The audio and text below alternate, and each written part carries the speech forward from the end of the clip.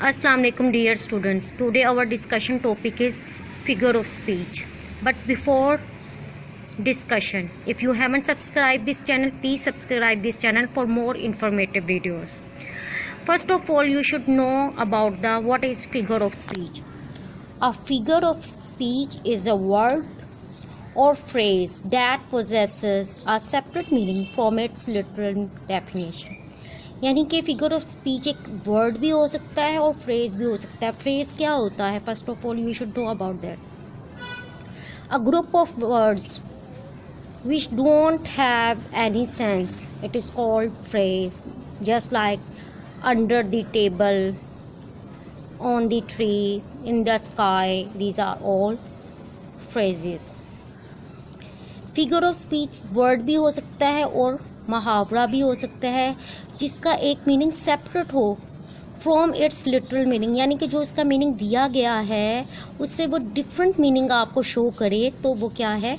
Figure of speech. Let's start from the simile. A simile is a figure of speech in which like or as is used to make a comparison between two ideas that are basically dissimilar.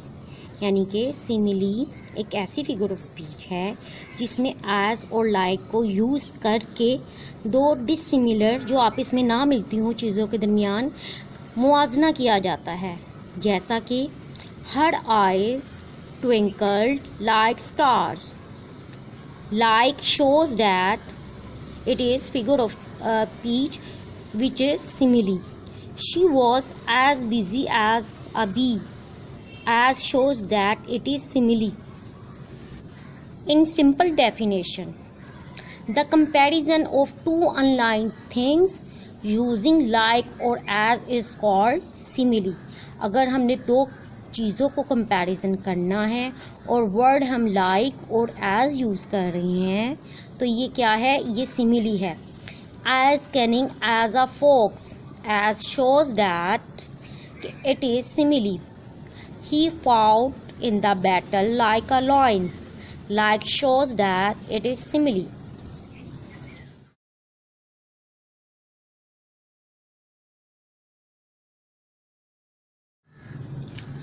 Now come to the next figure of speech, that is metaphor. If we write a comparison between two things and omit the word like, then we are using a metaphor. Example given: he proved a lion in the fight. His heart is red, red rose. In simple definition, the direct comparison of two unlike things without using like or as is called metaphor. यानी कि अगर आप दो चीज़ों का आप इसमें comparison कर रहे हैं जो अनलाइक हैं, एक जैसी नहीं हैं, तो वो मेटाफोर है. जैसे कि the heart of lion, the apple of my eye. ये क्या है? हार्ट क्या है? लॉइन की तरह है. एप्पल ऑफ माई आई यानी कि मुझे बहुत मोहब्बत है, बहुत प्यारा है वो. अगर सेंटेंसेस में एज और लाइक यूज़ होगा तो वो सिमिली होगा, और अगर एज और लाइक को ओमिट कर दिया जाएगा तो वो मेटाफोर होगा. अगर मैं कहूँ कि you are as beautiful as a rose, it is simile. और अगर मैं कहूँ you are a rose, it is metaphor.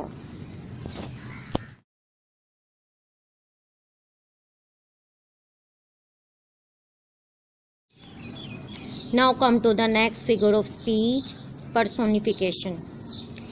It is a figurative language technique where an object or idea is given human characteristics or qualities. यानी कि ये ऐसी figurative language technique है जिसमें इंसानों की क्वालिटीज़ या करेक्टरिस्टिक्स को नॉन ह्यूमन को दे दिया जाता है. जैसे the candle flame dance in the dark. अब डांस करना या डांस करना ये ह्यूमन क्वालिटी है, ह्यूमन करेक्टरिस्टिक्स है, लेकिन ये करेक्टरिस्टिक्स किसको दे दी गई है? कैंडल को दे दी गई है, जो कि नॉन लिविंग है. The sunflowers nodded in the wind. Nodded क्या है? सर हिलाना। ये क्या है? ये भी ह्यूमन बीइंग्स की करेक्टरिस्टिक्स या क्वालिटी है, लेकिन ये किसको दे दी गई है? सनफ्लावर्स को। तो ये क्या है? Personification. In the simple definition, when human characteristics are given to non-human and non-living things, it is called personification।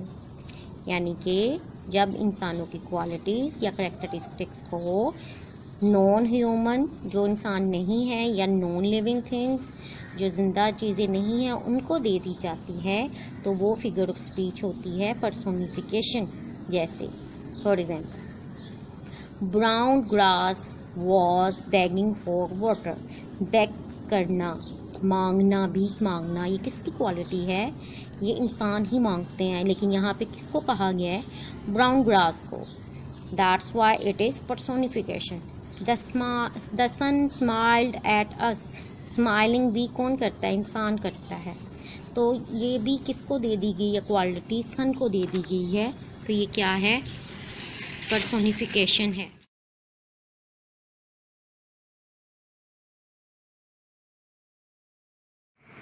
The next figure of speech is imagery. Imagery is the construction of details used to create mental images in the mind of the reader through the visual sense as well as the senses of touch, smell, taste or sound.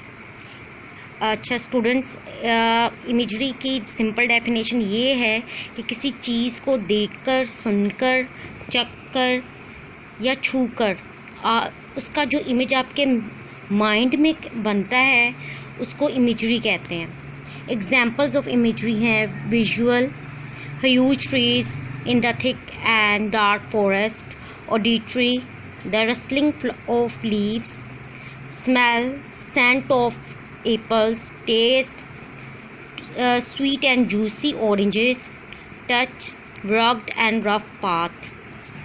Simple language में descriptive writing that appeals to the senses.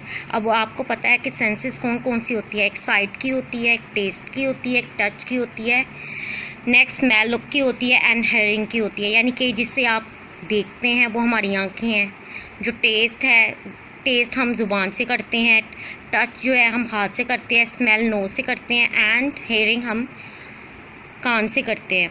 Imagery is equal to mental image.